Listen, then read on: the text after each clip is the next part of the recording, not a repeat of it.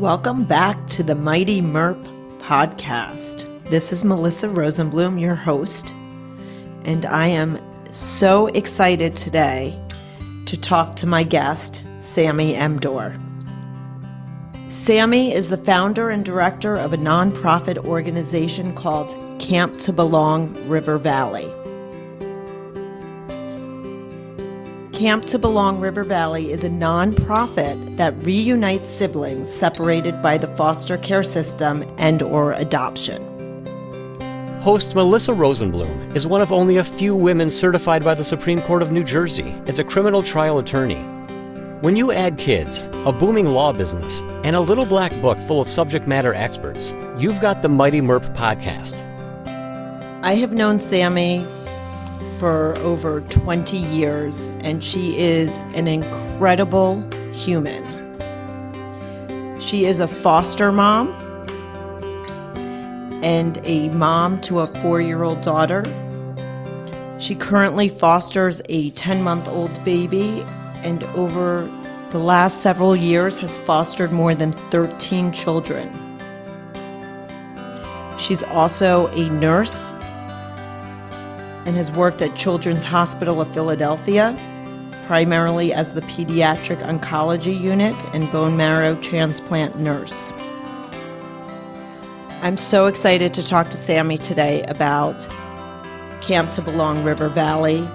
This is an organization that I'm excited to be on the board of and is so essential to the young kids that have been traumatized by being in the foster care system and have been separated from their siblings. Samii's work was recently recognized on the Drew Barrymore show. You might have seen her. She was a guest. She has also won the 2020 Overachievers Grant by Pilot Pen Corporation in conjunction with Priyanka Chopra Jonas and was featured as an ABC Hometown Hero. She was also featured on PHL 17, as a Remarkable Woman finalist. In 2018, Samii founded the nonprofit Camp to Belong River Valley, and as I said, it's a nonprofit that reunites siblings separated by foster care and/or adoption. This camp empowers siblings to build a strong relational foundation and encourages positive connection.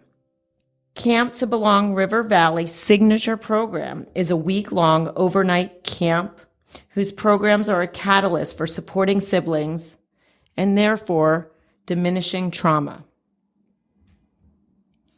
Her energy, her mission is contagious, and I am so excited to talk to her today. So, wow. That's a lot, Samii. Yes. So I usually start asking my guests really what their origin story is. And so you have these two worlds and they sort of overlap. One is being a pediatric oncology nurse for years, and one is being a foster mom and now a full-time mom year-round to your daughter. So sort of in a simplest way, tell us your origin stories and how these two paths have merged over the years. That is a very good question. Okay. So there have been many different experiences that I've had, starting as a young child and then working up into my the beginning of my nursing career. And I learned about foster care and adoption as an elementary schooler myself, and was always compelled to learn more about that population and see how I can be of service to those in need. And Aside from that, I also have a significant love for camping, and I've been involved with multiple medical camps for children with cancer, their siblings, bereaved siblings, as well as children with inflammatory bowel disease. And I've been working in that camp setting for nearly 20 cumulative seasons of camp. So I merged my love and experience from the camping world and seeing how beneficial camp is for children, especially coming together who have a shared experience. And I merged that with a community based need that I saw through my personal lived experience. And that is after having all of the children who I fostered, all of the children have been separated from at least one of their siblings. And so I really began to ask myself, why? Why is this statistic so staggering? And what can I do to help that statistic be less traumatic when kids are entering foster care? And so I was at one of my oncology camps in the middle of the night, and I woke up from a dream back in 2014. And I just said, oh, well, why isn't there a camp for children in foster care? And so it took some years of tweaking exactly what that would look like. But eventually I founded the mission of specifically bringing siblings together who have been, separated through foster care and or adoption. Okay, so I have a zillion questions. So the first question I'm going to address is the foster care. What is the percentage of kids separated that are entering or in the foster care system from their siblings?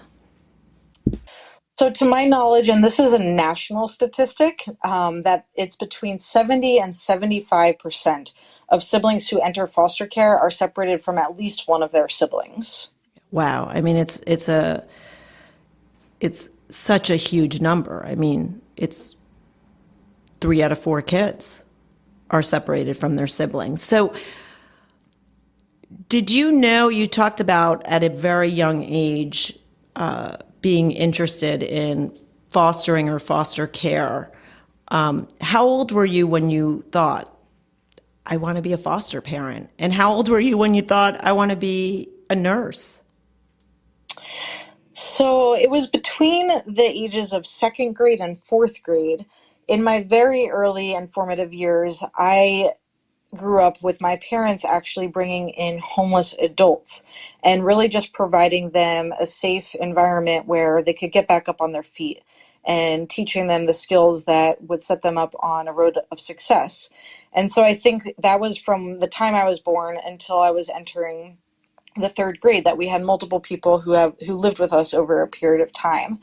And my parents just instilled in me that if and when you're able to provide for others, you should always do so. And of course, that was back in the 80s, and it might be carried out in a much different way nowadays through a more formal program.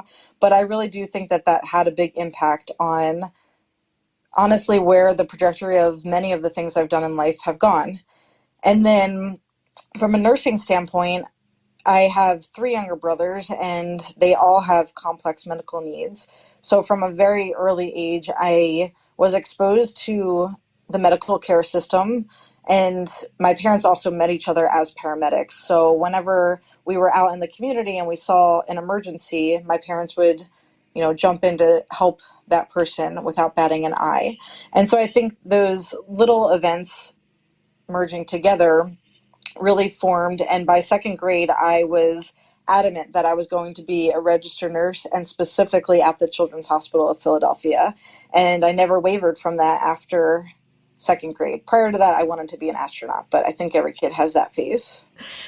I did not ever want to be an astronaut. And I don't think I ever wanted to be a nurse, but I might have wanted to be like an ice cream truck scooper or something to that effect. That's a good job. That is a good job. So what's amazing is that you knew that you wanted to be a nurse, and you said it. And since I have known you for a very long time, I won't give your age away or my age away, but I think we met when you were about 15. Is that right? Yes. I think, yeah, actually even a little bit younger than that, 14 or so. Oh, it was probably 14 because it was right before I had Ellie, which is my oldest, right? Yes. And you wanted to be a nurse then. And it was amazing watching you have the goal, set the goal, and really, successfully accomplish it by getting into the college that you wanted to and then getting the job at CHOP. And I love that. I also, the one thing we have in common, which is you said you're the oldest of three siblings who had all medical issues.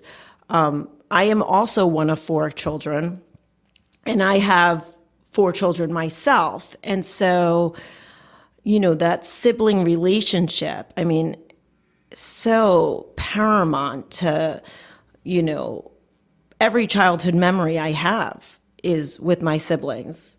Good, bad, sometimes pretty ugly, but they're my first friends, and I'm sure you could say the same thing, right?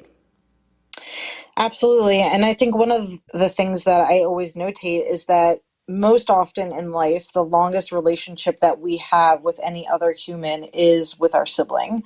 Our parents are years, decades older than us and pass away, whereas our siblings oftentimes, we're with them from, young childhood and, live our lives for many decades alongside them. Right. And so, you being the oldest of four, what did you have, like 16 months with only being the only child? Yes, not even 16 months. There's four of us within 5 years.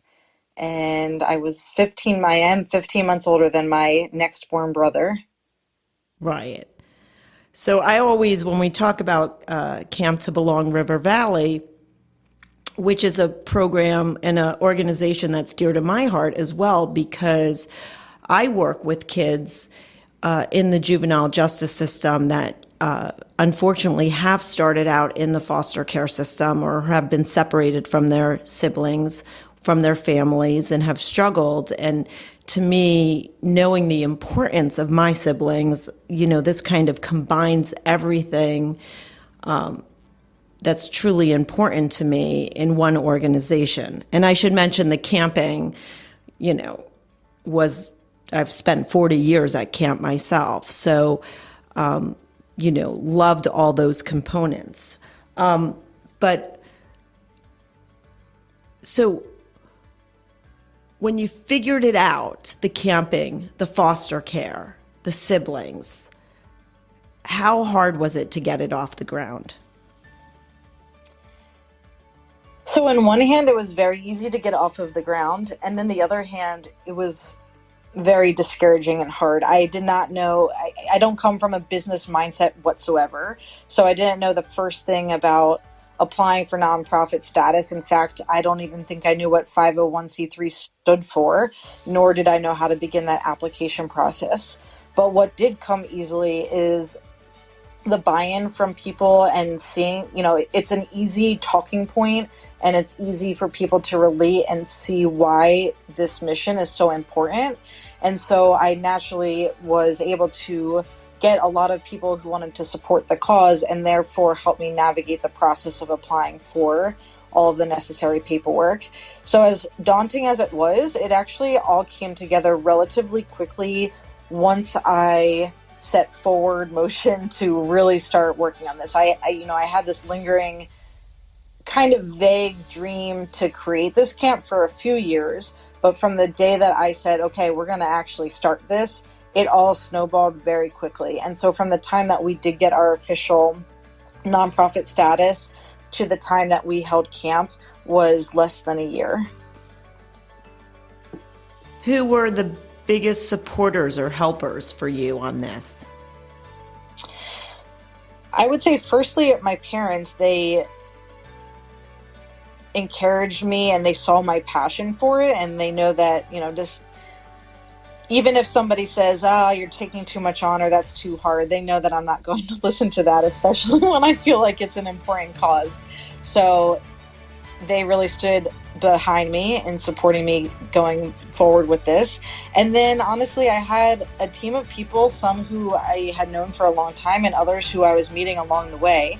And so as I shared this vague dream with people who I'd come across, they were like, oh, well, let me introduce you to such and such person. And so I was introduced to, I had a co-founder, and we were introduced to a larger network of other Camp To Belong locations. And once we started networking with each other and with the larger network of camp locations, we were really able to start aligning things. And, in time we started having our first fundraisers, and it all came together pretty quickly from that point on. Thank you for listening in. Stay tuned for the next part in this conversation. Mighty Merp is available on iTunes, Spotify, and all your favorite apps and players. But the best way to experience the show is to visit mightymerp.com. That's mightymerp.com. Mighty Merp is a production of the Law Office of Melissa Rosenblum and the Niche Podcast Network.